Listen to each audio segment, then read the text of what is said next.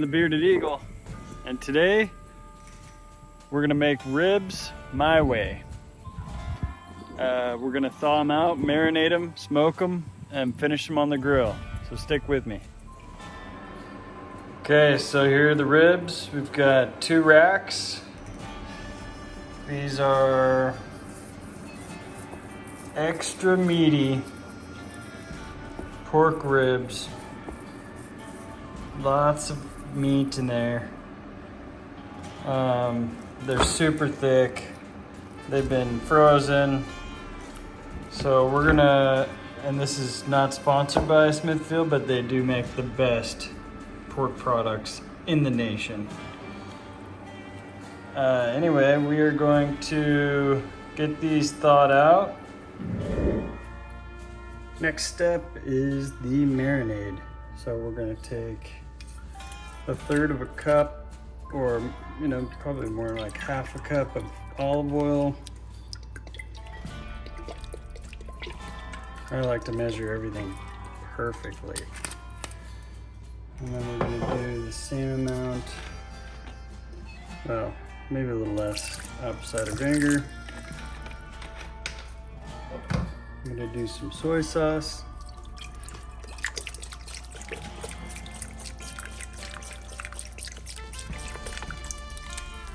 Perfect amount. I'm gonna do some Worcestershire sauce. Exactly that much. And then we're gonna add some brown sugar. Can't really mess this up. That's probably good.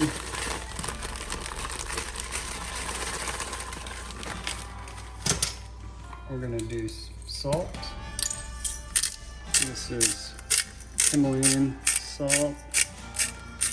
You can use kosher, you can use whatever salt you want.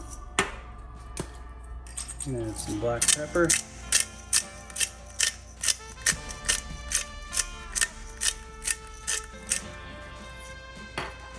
Add some paprika.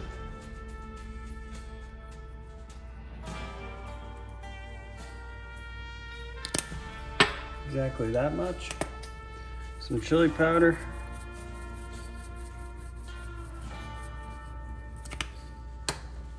And then I'm gonna add a little bit of water. Some people would add broth. I'm gonna use water.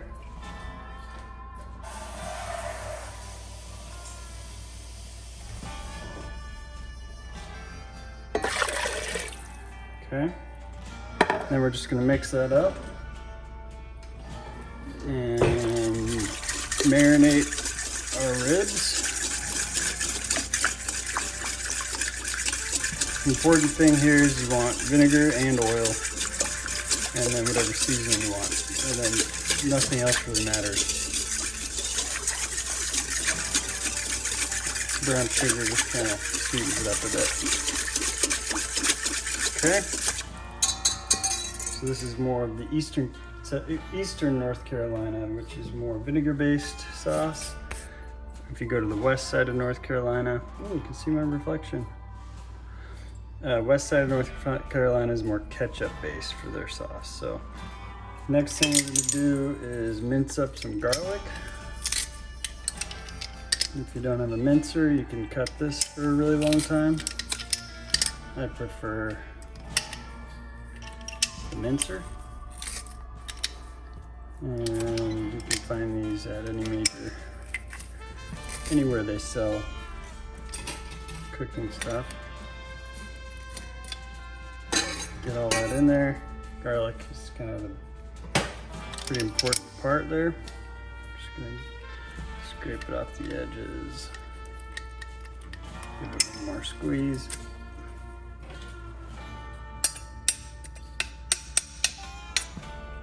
Okay. Mix it up again. That's it. Marinade's done. So now let's take the thawed out ribs, put them in a dish, and let them soak overnight. All right, so now for the fun part. You got your ribs in the perfectly sized pan. Don't worry about that little guy.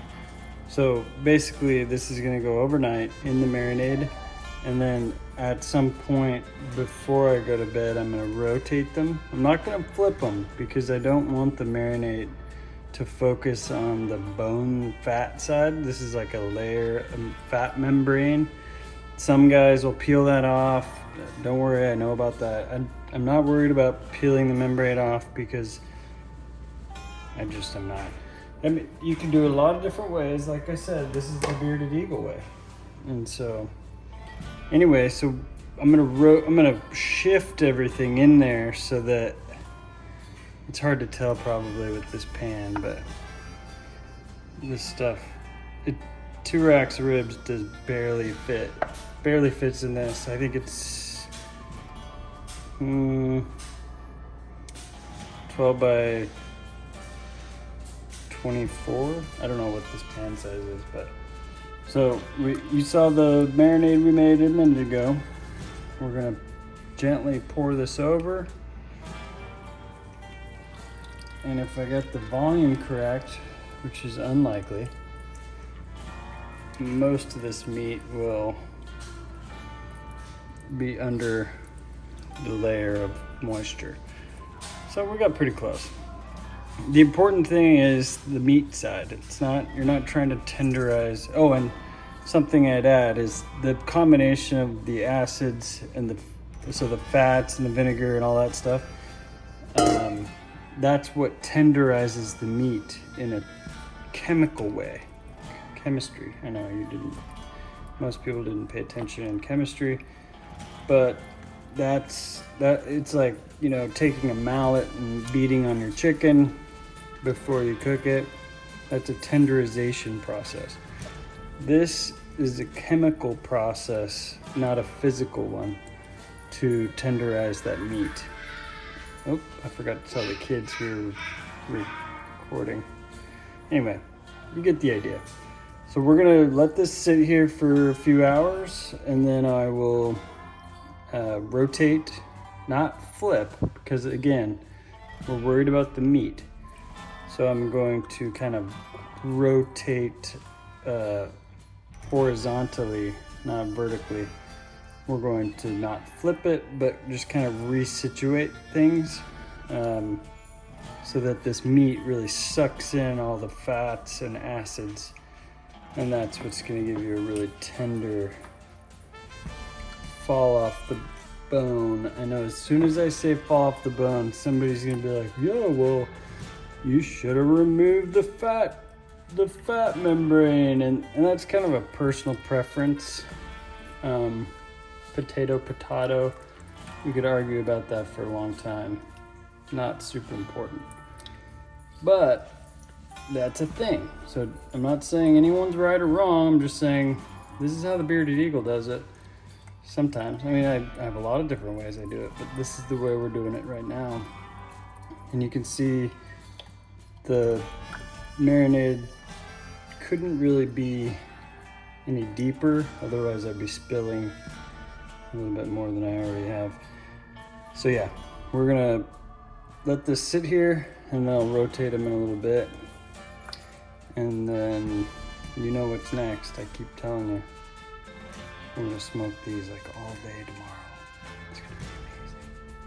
All right, thanks for sticking with me. See you in the next segment. So it's now for the fun part. The next day we had that stuff marinate all night. Just got my apple smoking chips. Got my thermometer. I'm letting the ribs rest. You kind of want them to come up to room temperature, I guess. I think I remember that. So we're gonna do that. We're gonna raise them to room temperature, let them warm up here in the sun while I pre-smoke the smoker, and that'll allow me to wipe it out, kind of get it nice and clean before we start the smoke. And then basically the rest of this will be adding chips periodically throughout the day. And but yeah, so I'll show you when I'm loading it up on the racks and putting it in the smoker. So we got a good burn in. Lots of smoke everywhere, but at least it's clean. Now I'm gonna throw some juice in the little water hopper because the juice will help it add some flavor to the smoke and keep it from boiling off so fast. And we'll get that meat on.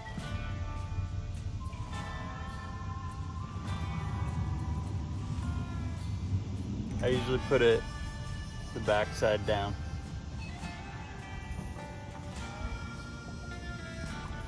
Like I said, I don't know the right way to do it, but this is how I do it. Gotta get this in here before the flies figure out that I'm in here.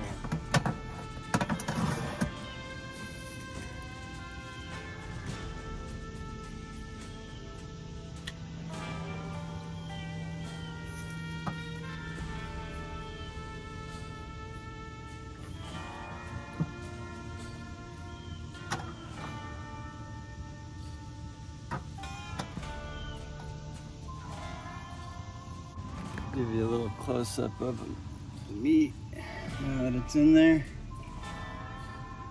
Looking good. So now we just sit here and put smoke on there.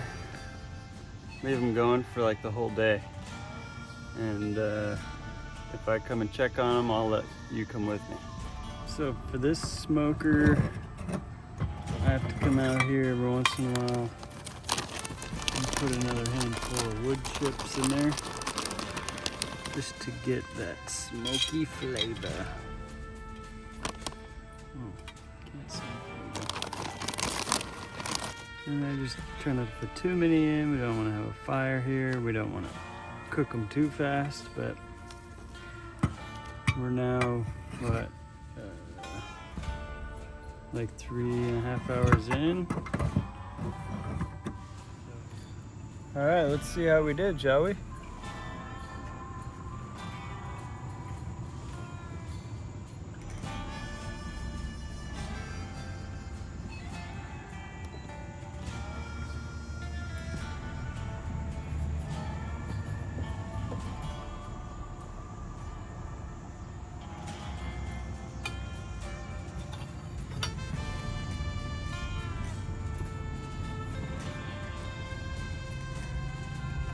Oh yeah, they look done.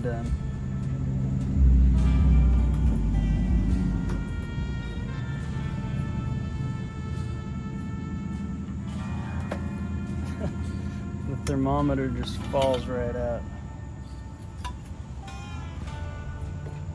Which is good, that means the meat is falling off the bone.